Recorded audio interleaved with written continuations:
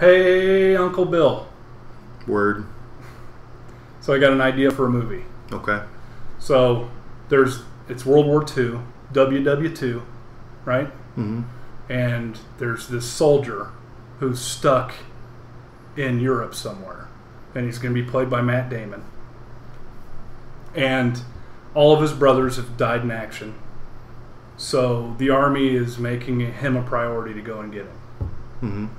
So this is the story of this special group that's got to go and find Matt Damon in Europe. Matt Damon. Okay. So it's called Saving Matt Damon. Okay. What do you think? It's not one of your better ideas. I don't know. That was a pretty good pitch. I think we've spent enough money saving Matt Damon.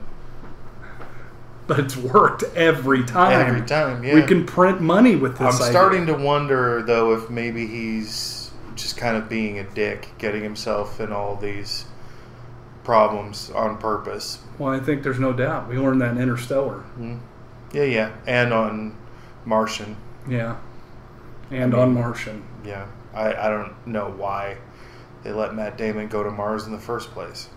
Yeah, they should have known. Yeah. I mean, for my money, Tom Hanks did the best job getting them out of the pickle. So I don't know why they just didn't send Tom Hanks each time. I think it's probably because Tom Hanks was too busy at the time having Pan-Asian eye folds in whatever that movie. Cloud Atlas. Yeah, Cloud Atlas. Or being that bearded, bald gangster. Yeah, just being... throwing guys off of roofs. Yeah, being unnatural.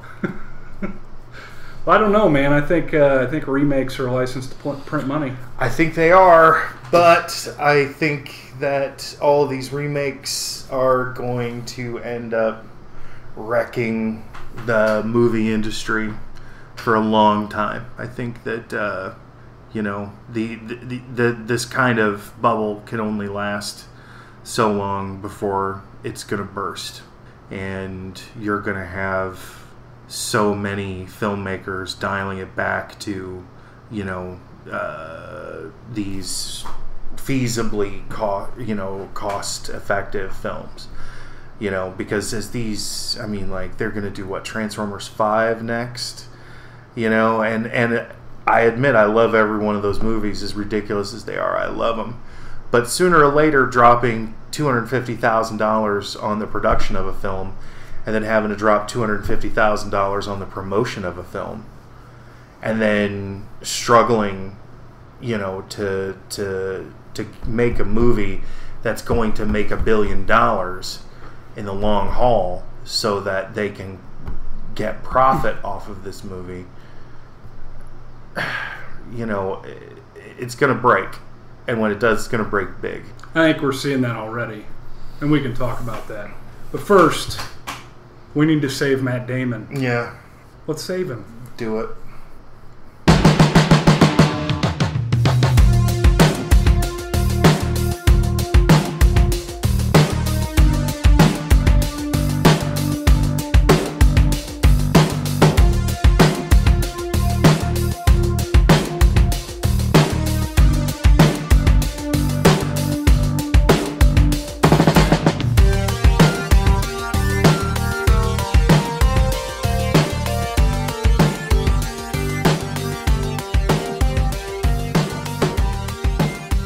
Hey everybody, welcome to Friday Night Writes, a podcast about storytelling.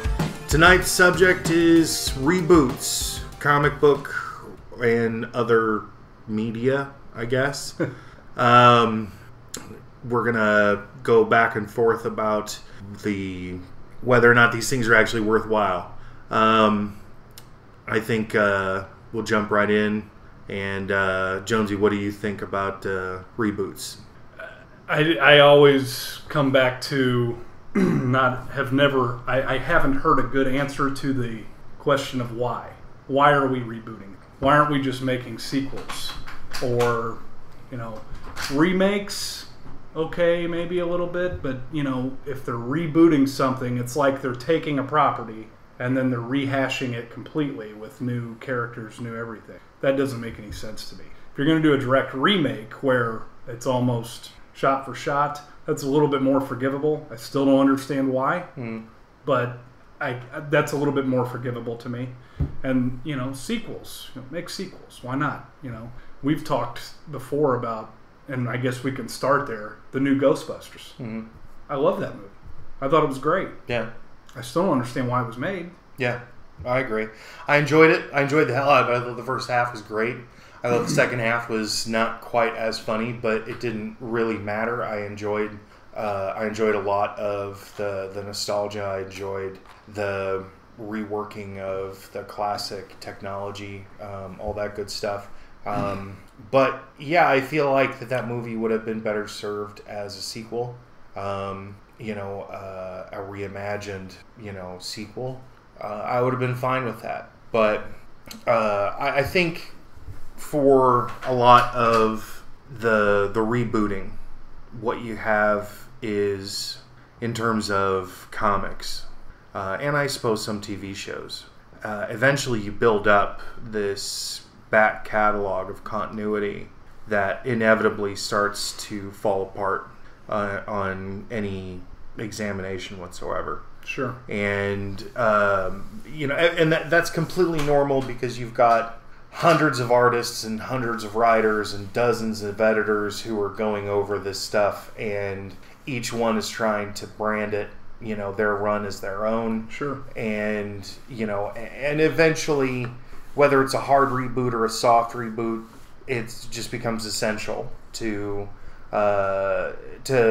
bring on new readers or new viewers, and to give you the opportunity to sort of cleanse that palette a bit, bring things back to a much more simpler design, and give you the viewer the opportunity to enjoy the work without having to spend hours or days going back and trying to catch up on what inevitably turns out to be a convoluted prehistory. Yeah. I think that as far as modern comics is concerned, I think most of it stems back to the appearance of Barry Allen Flash and Hal Jordan Green Lantern. Before that, you had Jay Garrick Flash, and you had Alan Scott Green Lantern, and they just sort of got written out of continuity and replaced by these new versions. And what ended up happening, there was a comic book called The Flash of Two Worlds, where you had Jay Garrick and Barry Allen meet, and it was kind of an interesting thing because it was the first time that they did that. And the way that they explained it was to say, well, there's two worlds, and for whatever reason, Jay Garrick's world is marked as Earth 2, and Barry Allen's is Earth 1. And that was sort of the birthing pains of the Justice Society of America as opposed to the Justice League. And you had a lot of the old school characters that were barely survivors of the World War II era, who were suddenly had a resurgence as players again. And then you had the Justice League. Yeah. And you didn't really have much else until Crisis on Infinite Earths showed up. And then it just wrecked everything. They invented the monitors and the anti-monitors for that story, or the anti-monitor for that story. And then they reset everything because they felt like they had too many continuities running simultaneously. So they sucked everything into one Earth and ran with that for a while until 0 Hour, which didn't really do all that much other than, set up Hal Jordan as a bad guy. That one always kind of seemed like a money grab. Yeah, I think because you got the number zero issues for all these different titles. And that was always like that was the mid 90s, early 90s. And that's when that whole thing started coming around where, you read about somebody selling Action Comics first appearance of Superman, and putting all 3 of their kids through college with it. So none of us understood the economics of that stuff, and we always thought, we get a number 0 and a number 1 or whatever, we're gonna those are gonna be worth a lot of money someday. And that wasn't true. But I think the purpose of the 0 Hour at the time didn't make a whole lot of sense. But it was thankfully retconned into something really cool by saying that Hal was possessed by Parallax. And that sort of led into the Sinestro War and then inevitably the Blackest Night. But it's not really until you start getting into Identity Crisis and then was it Infinity Crisis or whatever it was called? Infinite Crisis. Infinite Crisis, and then you had Final Crisis that you really started getting storytellers working hard to develop interesting and continuity changing concepts. The idea of bringing the Earth 2 Superman with Lois and I can't even remember what Earth Lex Luthor in on Infinite Crisis, whatever it was called. Bringing that in with Superboy Prime, that set up also more stuff for the Sinestro War and all that stuff later on. It solidified Power Girl's origin, which was nice. She had suffered, that character had suffered just from being in the mire of, creative, just stupidity, and it was cool to see that they fixed it. There were a lot of gaffes.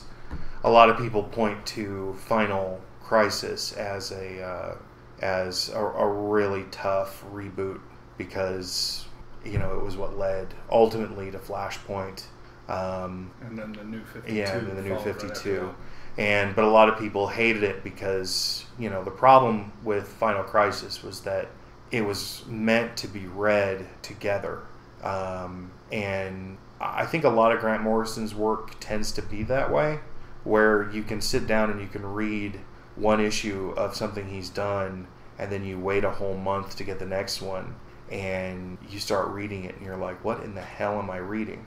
And you have to go back and reread everything that he's given you beforehand to catch up. You just can't give yourself a month in between, right.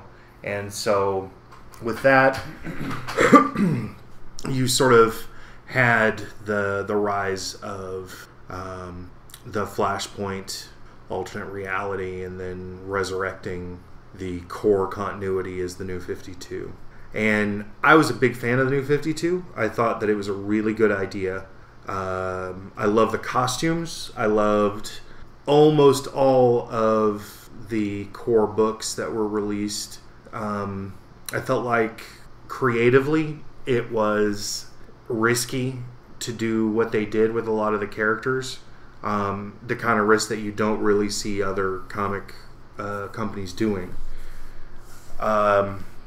But there's no doubt that their treatment of Superman turned out to be a massive failure. Their treatment of Wonder Woman was teetered for a long time. They managed to make that right, but they really screwed the pooch with like the Green Lantern and all that other stuff by sort of saying, well, Blackest Night happened and this happened, but nobody else seems to know that this happened. Right. Just there was some stuff that wasn't really as well done as it should have been, or as easily explained as it should have been. Had they just come out beforehand and said, okay, guys, we're going to do this, but Batman and Green Lantern are going to still maintain a certain degree of continuity from the previous iteration. Here's how this works. People would have read it and said, okay, I understand. no problem. But they didn't. They just said, well, Green Lantern's trucking along like it's no big deal. Same old yeah. Batman, same thing. And a lot of people were like, what in the hell is going on here? This makes no sense. Which is surprising considering that most comic book readers are pretty intelligent people. And for them to be so desperate to be spoon-fed, the what's going on instead of just making the intuitive leap themselves, I thought was funny, because you have all of these, highfalutin nerds who are sitting, in their basements reading comics and, they're judging everything except their own inability to figure out something relatively simple and just being like, why won't someone just tell me? But I felt overall, that, the New 52 was a worthy reboot. There were a lot of things that I disagreed with. One of the things that I hate about stuff that's going on, they're doing it in Marvel right now, where Tony Stark is quitting being Iron Man. And so they picked up some black chick, and she's going to be the new Iron Man. But she's not going to be Iron Man. They're going to call her Iron Heart. And she's supposed to be super smart and all this other good stuff. And I'm saying, yay, that's all well and good, except, this is the same garbage that we went through in the early 2000s with DC and with all the other companies suddenly saying, we have to have diversity. And instead of just saying, we're going to create a slew of new characters out of whole cloth and give them their own reputation, give them their own branding, and give them the opportunity to shine on their own, they say, well, a black character doesn't sell as much as a white character does. Whether that's true or not, I don't really know, but that's just kind of what they give you. And so then they say, well, you know what, we'll take Firestorm, we'll kill him, and then we'll rebrand him as a black kid. And I'm saying, why? Same thing with Atom. They get rid of the Atom, and they find some Asian kid and say, okay, you're the new Atom. And now he can shrink and do all kinds of silly shit. And people are like, well, okay, that's cool. And they've done this so many times that it's literally stupefying.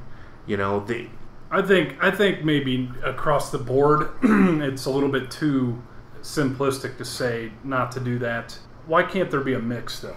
Like you said, that they do it, that's all they do. They don't invent new characters for minorities or anything like that, or for diversity.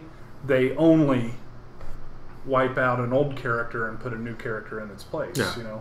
There's nothing wrong with the old Adam stepping down and a new one taking his place. I mean, we can all abide some of these heroes getting old. Yeah.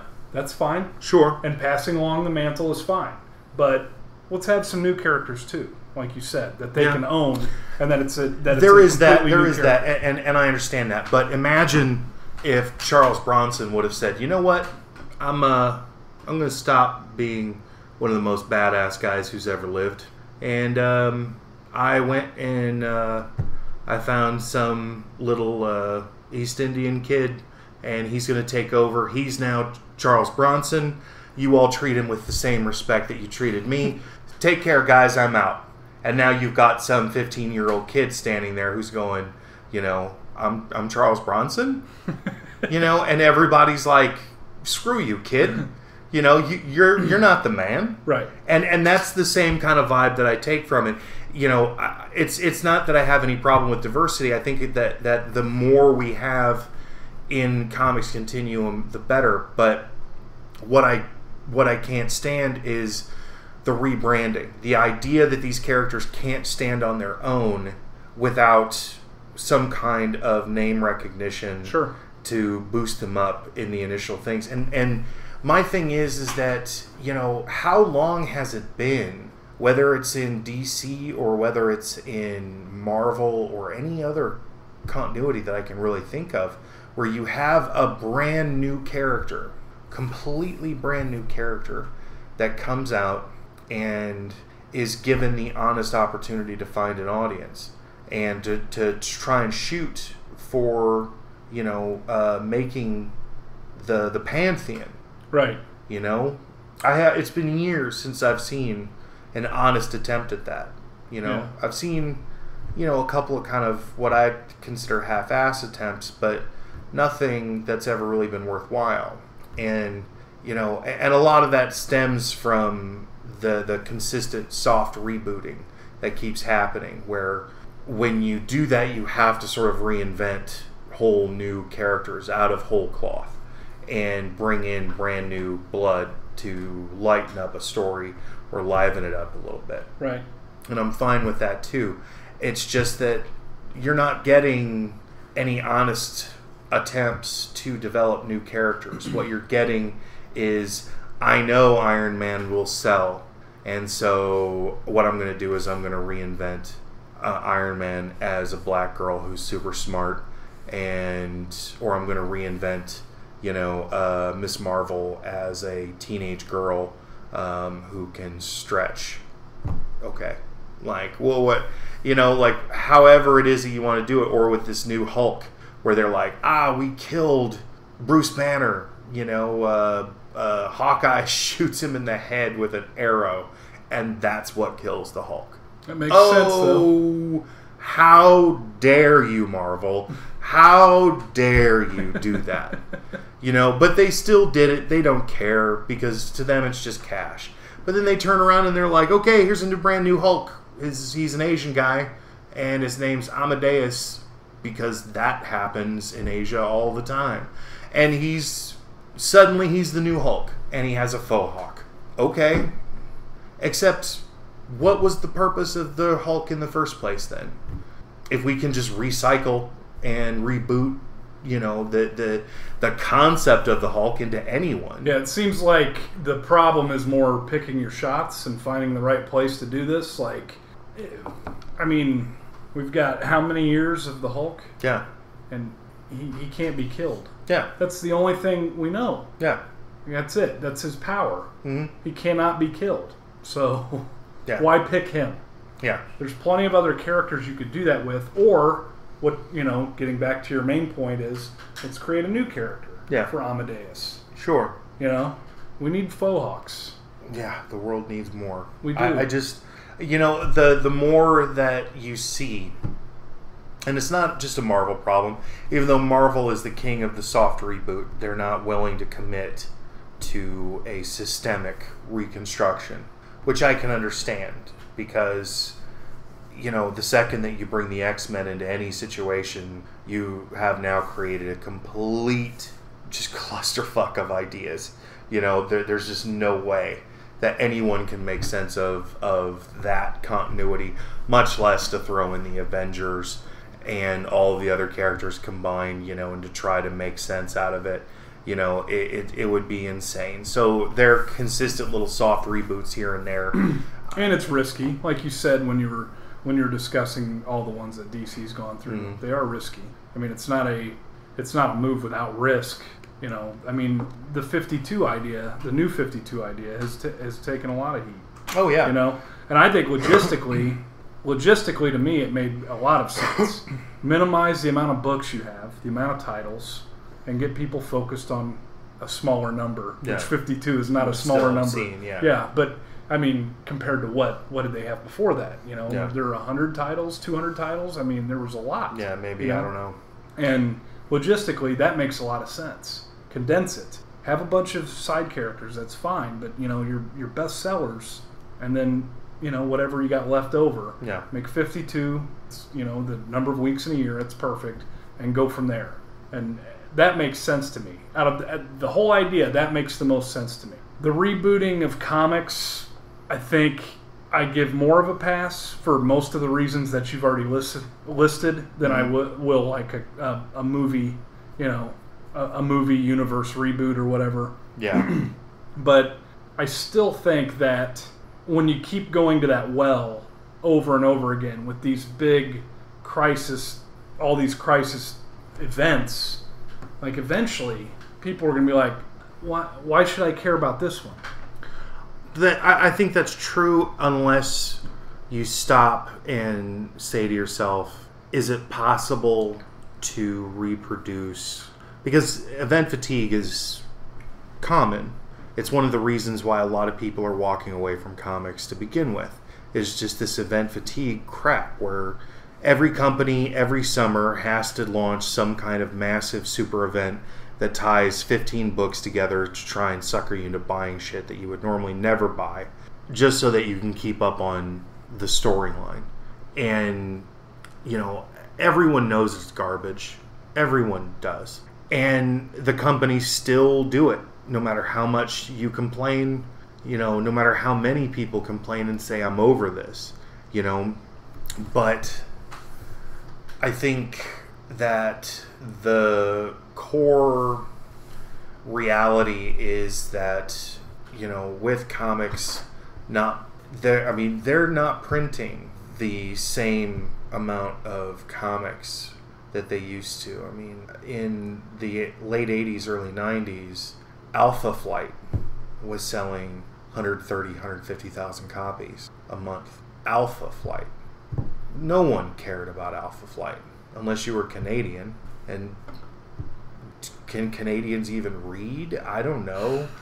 They're like a whole different like species. Malcolm Gladwell's Canadian. Yeah, that is true, but there's no proof he can read. But my thing is that, you know, what you got is nowadays a book is a success if it's pumping out 30 to 50,000 copies. And so, you know, this event fatigue, it's bringing the whole thing down. I think that there's a lot of old business mentality in that, but the reality with the numbers falling off like that, I mean, I know that that's a problem for these companies because they're in the business of printing comic books and selling them. Mm-hmm. But that's happening everywhere. There's more options. You know, I mean, that's the reality of it. Yeah. So you take what share you got and you try to grow, but you can't expect to return to pre-internet sales numbers. Yeah. You know, or pre-golden age of television sales numbers. Mm-hmm. It's just not going to happen. You know, I think that going back to that the fatigue thing, I feel like they should have learned that lesson. And if they give me a cool story, I'm fine with it. But just don't do it every 5 years. Imagine if every summertime comics could offer you up another Kingdom Come. You know, and I feel like maybe it's too much to ask, but then a part of me says that it's really not. I mean, you know, Marvel, I just don't care about, you know, their characters. I don't care about the storyline. I recently got caught up on this Civil War II thing, and it was so laughably dumb that I was just like, whatever. I was just like, whatever. You know, I don't care. You know, DC, on the other hand, has a lot of potential to redevelop and innovate with this rebirth thing. You know, and the more that I read it, I realize it's not a reboot. It's not even a soft reboot. You know, it has nothing to do with rebooting anything.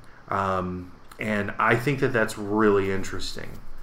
You know, that they came in with this obvious event, and then somehow the fans or the not fans immediately said, "Oh, look at what they're doing. They just released New 52, and now they're doing Rebirth because they got to fix all these problems." Well, okay.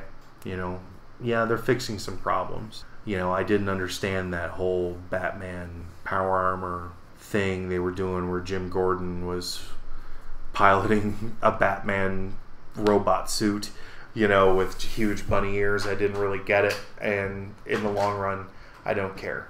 I didn't read that run anyway.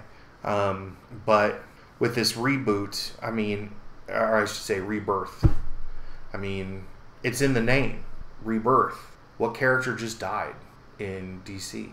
You know, they just killed off the 52 Superman. You know, and then they immediately replace him with a different Superman, and they put him in this weird mystery with some cloaked guy and all this other stuff. Yeah, all we're going to see out of this is the rebirth of the DC 52 Superman.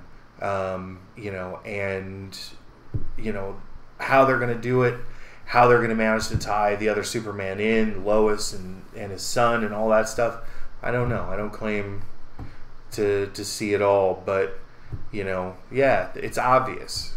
It's obvious. They literally kill Superman, and then they're like, well, the next issue, Rebirth, and everybody's like, God, I can't believe it. What is this going to be about? This is so weird. I don't get it. I can't figure it out. Oh, my God, Watchmen. And everybody was just like, yeah, I don't see it. Obviously, it's going to be about bringing Superman back. Well, they definitely head faked you and took you down a path you weren't necessarily seeing. Yeah. I mean, you know, that got me back to the table. Yeah. Just the fact that I get to see Dr. Manhattan. Yeah. Or his speech bubbles. Yeah. But, you know, that was good. That was good for me. I rereading the Rebirth book. Mm-hmm. And seeing Batman dig the comedian's pen out of the rock, gave me chills both times I've read it. Yeah, you know, that's for me. You know, that's enough to keep you focused on. Plus, I mean, they're doing a lot with the original Superman, the quote unquote original Superman. You're not paying attention to the new Superman, the new 52 man, and they just launched another Superman and a Chinese Superman. So you're not paying any attention. Did you read those? No, I haven't. They're so terrible. Yeah? Yeah, I mean, they are mind-bogglingly dumb. Like, they're so bad. I thought that it would have pretty good potential because do you remember the 52, not new 52, but the 52, the year-long thing, event, again? They had all the Chinese superhero corps. Yeah. And they were really interesting. They were kind of cool. They all had these different functions that kind of meshed with that whole communism like idea, and it was a neat, interesting idea. Yeah. And so I was kind of, when I saw that announced, I was like, they could probably do something cool. Yeah, I mean, and they had cool names, like that one was it August General in Chains or something like that. Yeah. Like they just had crazy, you know, Asian names, and it was cool. But yeah, I mean, this new Superman, it's dumb. It's so dumb. But you know, I don't expect, you know, stuff like that. Is a joy when it gets to come out. I think it's fun, you know. Even though I'm not going to read, I've got the first two issues, I think, of it, and I read them, and I was just like, cool. I get the gist of it. I don't care where it's going. I'm not hooked at all. I don't care. So whatever. But it was fun, you know, and I'm glad that they got my money for those 2 issues. You know, because little experiments like that are worthwhile. I think that it helps to keep a lot of fresh ideas in that market. And you wouldn't see it. You wouldn't have seen that 5 years ago. You wouldn't have seen it 10 years ago. Yeah. You know, there's no way in hell that they would have said, an Asian Superman? Yeah, go ahead. Do it. Yeah. You know, someone would have said, yeah, that makes no sense. Right. And then for them to go, well, you know what, in the second issue, we're going to bring in the Asian Batman and Asian Green Lantern. Okay, because that's a thing, you know. I mean, it was crazy, and you know, but it was fun. I'm not going to follow it. I don't care, but you know, I'm trying to stick with Justice League, Superman, Batman, Wonder Woman, and some of the Green Lantern stuff, but I'm not really vibing with what they're doing with the Green Lantern. I think that this Rebirth Green Lantern is a bad idea. The way that they've taken the Simon Baz character and the Jessica whatever character, and they've sort of said, well, you're both incompetent boobs. We're going to make you both Green Lanterns, and you have a single lantern between the two of you. So you have to work together. And the way that the female Green Lantern is constantly second-guessing everything, it's not a character trait that you kind of expect out of a Green Lantern. You know, like whose traditional mantra, you know, is that they have no fear. And to have this character who just can't stop second guessing every single thing that happens. It's just kind of tedious after a while. You start going, like, you're supposed to be cooler than this, you know? And maybe they've developed that as an arc, and that's cool, because, you know, when you do read about, like, you know, the Wonder Woman character, she's so self-confident that you're like, okay, cool. You kind of gel with that, and she becomes really interesting based on that idea. So seeing one that's maybe a little bit less self-confident, all right, I guess. But you still kind of read that character as being not nearly as cool as her contemporaries. You know, like she's constantly in need of help. And all of those characters that are helping her out are the other guys who are constantly there to pick her up before she hits the ground and all this other stuff. And you're kind of like... The cool thing about getting a female Green Lantern was that she was the first female Green Lantern. If you make her so that, you know, she's a damsel in distress, yeah, you're ruining the character already. Yeah, that's unfortunate. You know? That is unfortunate. But, you know, I feel like the Rebirth idea is going to... I hope that it goes on for a year, maybe 2. And I hope that they play it smart, and that they develop all of the stuff that they wanted to develop out of it. You know, the problem with DC compared to Marvel has always been that DC is filled with icons, and Marvel is filled with everyday Joes. You know, even though that's not true, but that's the general consensus. I mean, a 15-year-old kid that gets bitten by a spider that also happens to be able to invent goop that is, you know, has the tensile strength of steel and a mechanism that lets him shoot it for like 100 meters at pinpoint accuracy. That's not a normal guy. Right, that's not an average Joe. Like, you know, and it's the same thing with, you know, oh, well, I developed a gamma bomb and I ran out to save my friend and got energy gamma rays. How I didn't get cancer and die within 15 minutes, I'll never know. But, like, you know, I mean, you know, they tell you, oh, you know, Marvel is filled with everyday Joes, but it's just not. But that's the general opinion. I mean, for Christ's sake, they invented a character, one of their heaviest hitting characters right now, who's a blind man whose power is that he can see. Like, okay, how does that work? Who developed that and said that's a good idea? And it would be like saying, oh man, you know, I developed this character, he's paraplegic, but he can still walk. I mean, you'd say, well, that's blunt stupid. Why is he paraplegic to begin with? If he can still walk, then he's not really paraplegic, right? Well, he is. Look at all the powerhouses that have written Daredevil. Yeah. And they've written that's why a stupid character. Right. It makes no sense. I'm saying yes, the character's got the flaw, right? That flaw's there, but it's been told so well that people care. Yeah. That's a testament to what those writers have been able to do. Sure. But it's certainly not a testament to the development of the character in the first place. Sure. I mean, it's just mind-boggling. It's like, ah, man, I made this character. He has the power to blow his nose on command. Give him to Frank Miller. He'll do something good with him. Right. Think about all the reinvention that Batman's undergone. Mm-hmm. And how we feel about Batman now.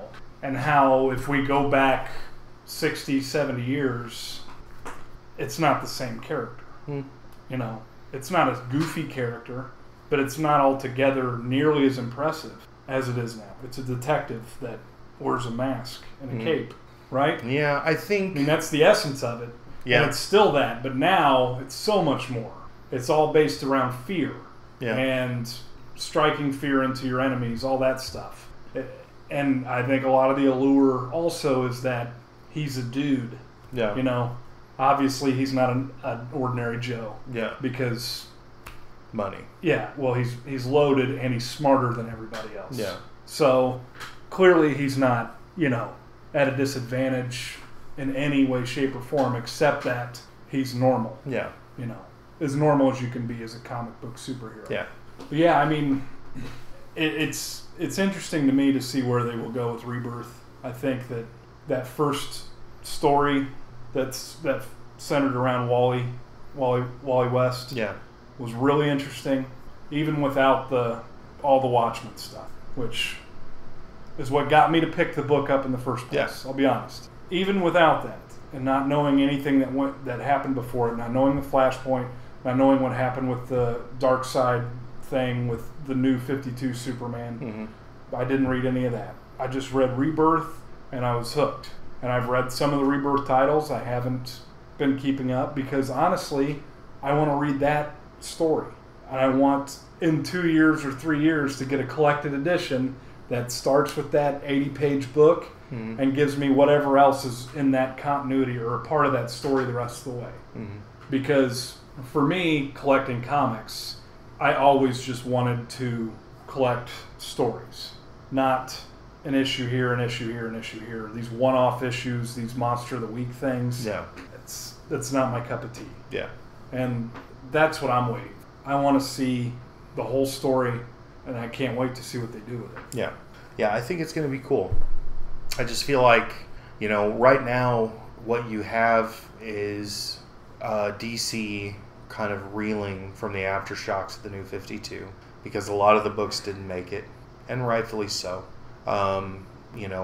Releasing a comic book about the Ray, not exactly the best of ideas. And then to change the character from a legacy character that goes all the way back to World War II to get rid of that and just say, yeah, he's a Hawaiian guy, was a surfer, lifeguard, and suddenly he had the power to turn into light. Okay, whatever. I'm glad that book failed miserably. What they did to Firestorm, I'm glad that book failed. It was terrible. And that's the character that I really like. And after reading the first issue, I was like, this is so bad that when it fails, and it will fail, I'm going to be happy that they're not here stabbing my favorite character in the back every issue. There's a lot of false starts, and that's understandable. 52 rebooted continuities, you're going to have that. Yeah. They're not all going to be good. Yeah. But what you also have on the flip side is Marvel doing its Marvel Now stuff, where it's doing a sort of soft reboot where they're kidifying all of their properties so that, if you're an 18, 20, 25, 30, 35, 40, 50-year-old, hardcore reader of Marvel products, within the next year, you're going to be reading about more or less nothing but children, playing it being superhero with maybe the occasional adult looking after them, and, they're essentially wiping the slate clean and saying, okay, we're the cool, hip, company, because that's always been Marvel's thing is, if there's a fad, we're going to jump on it. And boy, howdy have they ever done that. You can go all the way back to the 90s, even the 80s, and see them hopping on every single fad that they could in a desperate money grab, And now that they're working for Disney, they don't have that kind of desperate, that desperation that they had before. But you still see that same mentality of whatever's cool. The flip side of that is that if it jumps onto a fad or whatever's cool or whatever's hip at the time, that could grab more readers who become fans. Now, and that's the big thing about the kidifying is I'm more likely to share Marvel comics with my daughters than I am DC comics at the moment. And, they're watching all the movies, all the Marvel movies. They're all geared for them. That's creating fans, though. Yeah, but for how long? Well, we don't know, but I mean, we became fans at a certain point in time too. Yeah. So, and we stuck with it. And, you know, for the two of us that became fans, you've stuck with comics a lot longer than I have. You know what I mean? Yeah. I've come back into it to read graphic novels here and there or whatever. But you've stuck more with the continuity of everything than I have. But we both became fans at one point in time. I come back to stuff. I enjoy the genre, but, you know, hardcore fans, if it makes, you know, if it gets 30 kids interested and 5 of them become hardcore fans and they're buying comic books for the next 20 years, that's great. Yeah. They're not losing anything. And it's not just good for Marvel. It's good for DC. It's good for all of them. It's good for anybody who's doing those types of stories. But what it's not good for are the characters that have been around for 50, 60 years, who've survived world wars, who survived, you know, countless other crap, only to be shut down and tossed aside in favor of, you know, the new cool thing. And this is where we get into when rebooting and remaking where the argument stands. Because with comic books, if I want to say to you, here's Captain America, you have 80 years of comic books you need to read, theoretically, right? There's 80 years of history there. Or if I say, we're rebooting Captain America from right here, you got to read this, starting with this issue, he's your character for a while. And you can have him, and you can read his stories. And we might go into his history, we might not, we might write a whole new history. But they're grabbing new fans for that character. Now, that gets into a whole nother discussion about canon and what's sacred, what's not sacred, what's you know, blasphemous, what's not blasphemous, all that stuff, which we can have another conversation about that some other time. But from a business perspective, from bringing fans into comics, this is just comics I feel this way about. Because there's so much history. If you can bring them in and they can have their own history with that character, it's not daunting to get into that character. When I started reading comics, yeah, I wanted to read Batman, but what Batman books did I pick up? I picked up Shadow of the Bat? Yeah. I picked that up because the first issue came out that month. I happened to be at the comic book store. I didn't start reading Detective Comics. I didn't start reading the Batman title, you know, because I could start from number 1 and follow along, and it felt more like it was for me or for my generation or whatever. And I think that that's valuable in keeping people interested in the genre. Yeah, I think that there's some validity to that, but my problem is that unlike television or film, comics shouldn't just be about the almighty dollar, and it shouldn't just be about the idea of bringing in new fans, spoon-feeding new fans with new continuity, and, you know, bringing them up to speed. I think that one of the things that's always made comics great is that if you want to become an aficionado, then there is a little bit of work you have to do. You don't get to just walk in and say, you know, I read the last 4 issues of Batman. I think I've got him. I think I get him, you know, and, you know, that's always been a part of comics as just as a medium and part of the culture of comics. And, you know, and I realize that that's not necessarily the best mentality for, you know, making a boatload of money. But I feel like if you have these films that are making $1 billion at the box office, 500 million, whatever it is that they're doing, they're making an absurd amount of money on these products. And I also understand that's not how business works. But I feel like, you know, if all of the industry that's producing these comic book films supports the comics that gave them life, then what you end up with is, you know, sort of harmony. That's the reason why you're seeing in DC almost all of the character design work is going into making these new characters look like they do in the movies, is to give them a sort of continuity between the two, so that you feel like, oh, well, I just saw that new movie with the hot Harley Quinn. I can read the comic and she's basically the same character. She looks the same, all that kind of stuff. I feel like that's a smart move, but, you know, if you want to kidify your product, if you want to make it for the 12 and under range, make 12 and under comics. Well, don't take the core continuities and don't wreck them by new titles. Yeah, by saying, or even if you can make stories that will serve both, you know, that like the movies do a good job of this. They do a great job of this. They make it so that I can watch it with my 8-year-old daughter, and then they're going to do some little wink joke in there that's going to be a callback to something I know about because I read about this 20 years ago. Mm-hmm. That's why they're successful. Mm-hmm. I mean, that's part of the reason. That's a big thing for those movies. Yeah. And if they could do that in comics too, that'd be great. But you can't not kidify your stories, or at least offer something to the kids. Otherwise, the medium's going to die.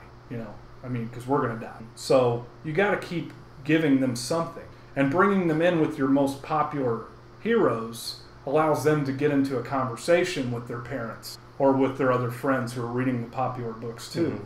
And you can have that water cooler type thing where now they're talking about comics. They're not just talking about Pokemon or, you know, whatever else is out there. Yeah. They're talking about comic books. They're talking about Pokemon. They're talking about all these different properties, but they're talking about comic books still. Not just the movies, the actual books. They're reading them, they're sharing the stories, and then as they get older, they can, you know, graduate up to the more adult stories or whatever the case may be, or the larger canon. But that's what I'm getting to ultimately, is that what's happening isn't that gradation that you're talking about. Right.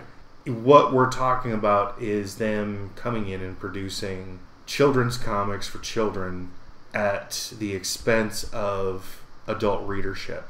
And the idea that this is not going to change anytime soon. You know, I mean, this superhero movie thing. No.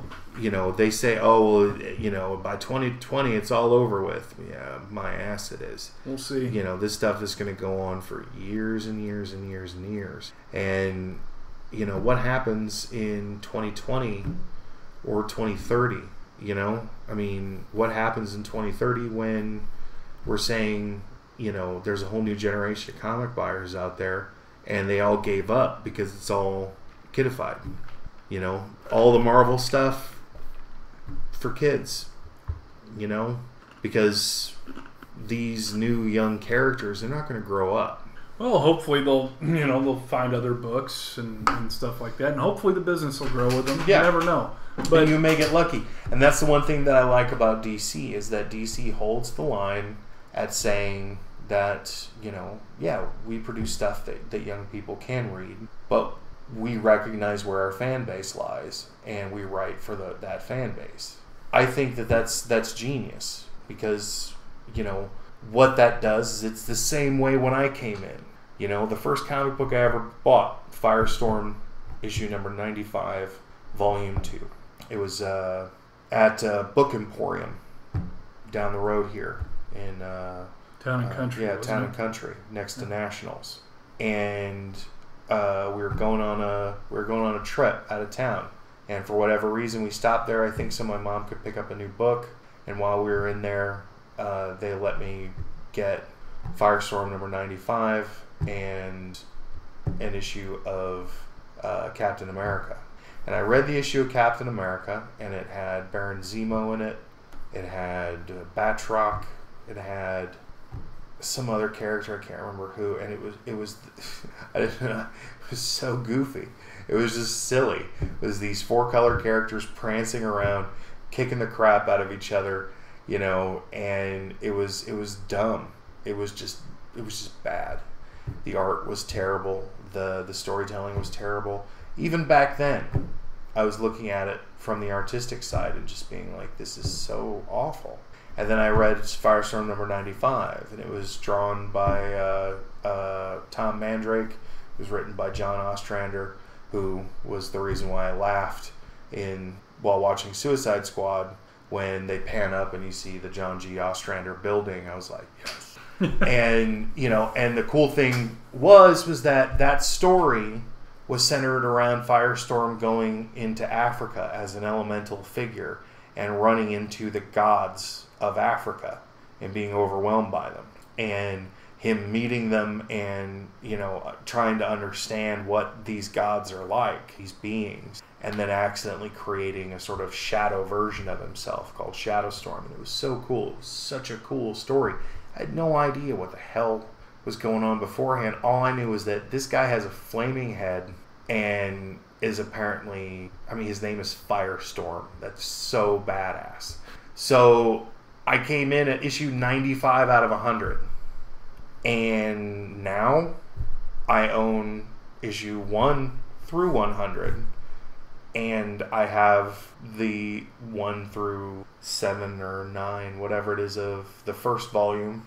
And I have 1 through 60-something of volume 3 of Firestorm. I have them all. And I have every appearance of Firestorm in every other random book. So if Firestorm was in that book, I have it.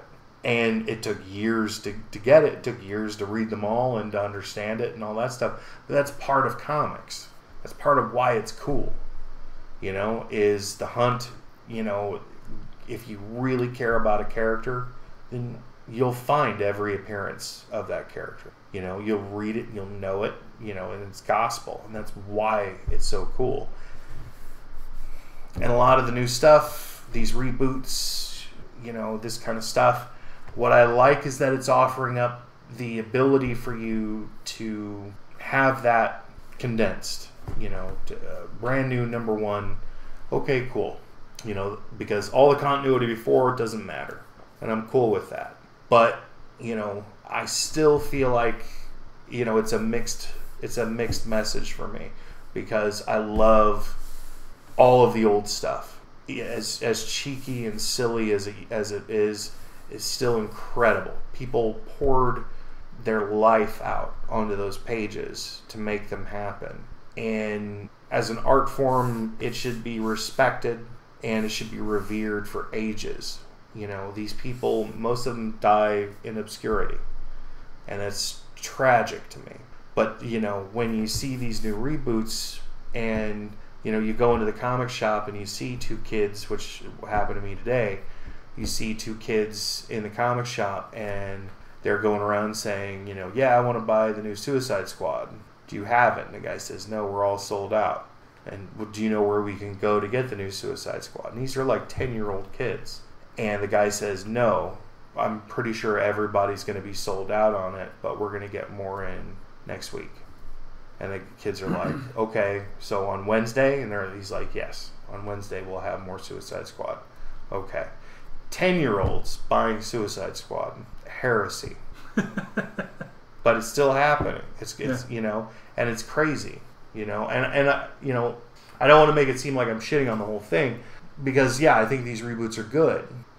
But at the same time, one of the problems that I always have with Marvel, and one of the problems I have with Marvel really heavily right now, is that because they don't own the X-Men film franchise, they're destroying the X-Men comic book franchise. And they're replacing them with Inhumans so that they can own the rights to all the marketing and all the franchising and all the, merchandising when they decide to release those movies, as opposed to giving a damn about your own characters and putting them to work and just understanding that, sure, Fox is making a little bit of money off of the movies, but if you produce great comics, people are still going to care about them more than they're going to care about the films.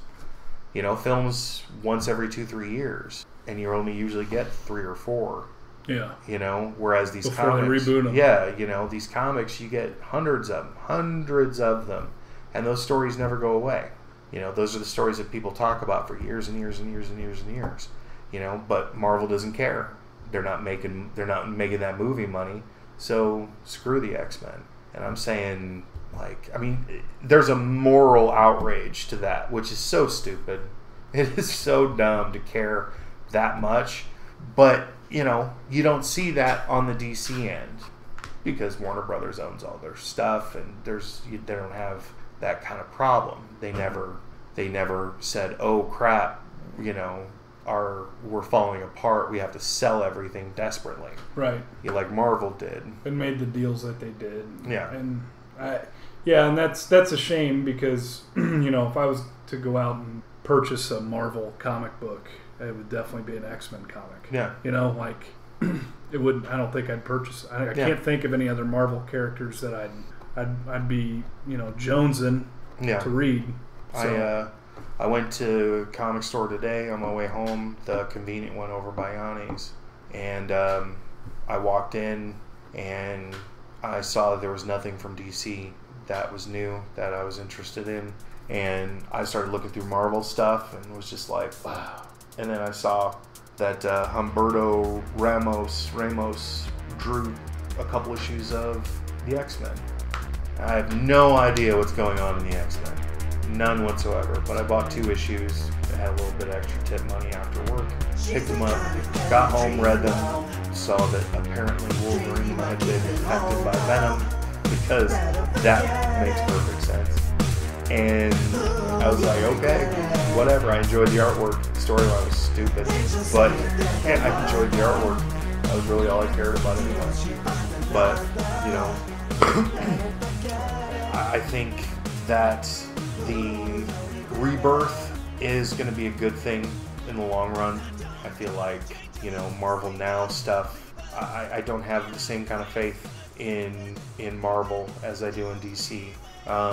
But I think that by them kidifying their universe, I think they're going to regret it, because they're just going to have to end up bringing back all the old guard just to get fans, just to get a resurgence of fans again in their comics, you know. And if you know that's going to happen, then why put yourself on that road to begin with? You know, why not just release some kiddie comics and make them part of continuity and see where that goes, you know? Yeah. I don't know. I just, you know, I like the idea of rebooting. In film, I think it's kind of silly, but you don't really see a lot of rebooting except for in, like, horror, you know. Maybe I'm wrong, but I've not even heard of, like, a Godfather reboot, you know. I mean, could you imagine that? Can't be far off. Yeah, I mean, we'll definitely have to come back and talk about all of the reboot, remake, all that stuff that's going, that all the, you know, the rumored stuff and everything like that that's going on in film and TV. We will have to cover that sometime for sure. So that's a little bit of DC Rebirth, and not as much about the storytelling, but about the whole concept of rebooting and what it does for continuities. So that'll do it for that one. I think that's a good one. I think it's all right. So anyway, you guys can find us at FridayNightRights.net. We post the podcast feed there. It's on iTunes. It's on YouTube. I think it's going to be on SoundCloud with this one. Our RSS feed is there, so you can plug that into whatever you use on Android, and usually it'll find our podcasts. We're also on FeedBurner. Those links are there also. Our YouTube page, just search for Friday Night Rights on YouTube. And on Facebook, we're at facebook.com/FNRights. And we post updates for the podcast there as well. Next week, we will be back with something awesome. Hopefully, we'll be talking about the media and how they tell stories. How they lie. If I ever get around to finishing researching this gigantic mess of stuff to talk about. Yeah. Which will end up being all Fox News. That's all we'll talk That's about. what it'll end up being. We'll I'm just be sure. like, man, Fox News sucks. So. Counterpoint. Fox News is great. Lies. All right. Thanks for listening, everyone. Take care, everybody. She's the kind of girl you dream of keeping hold of. better forget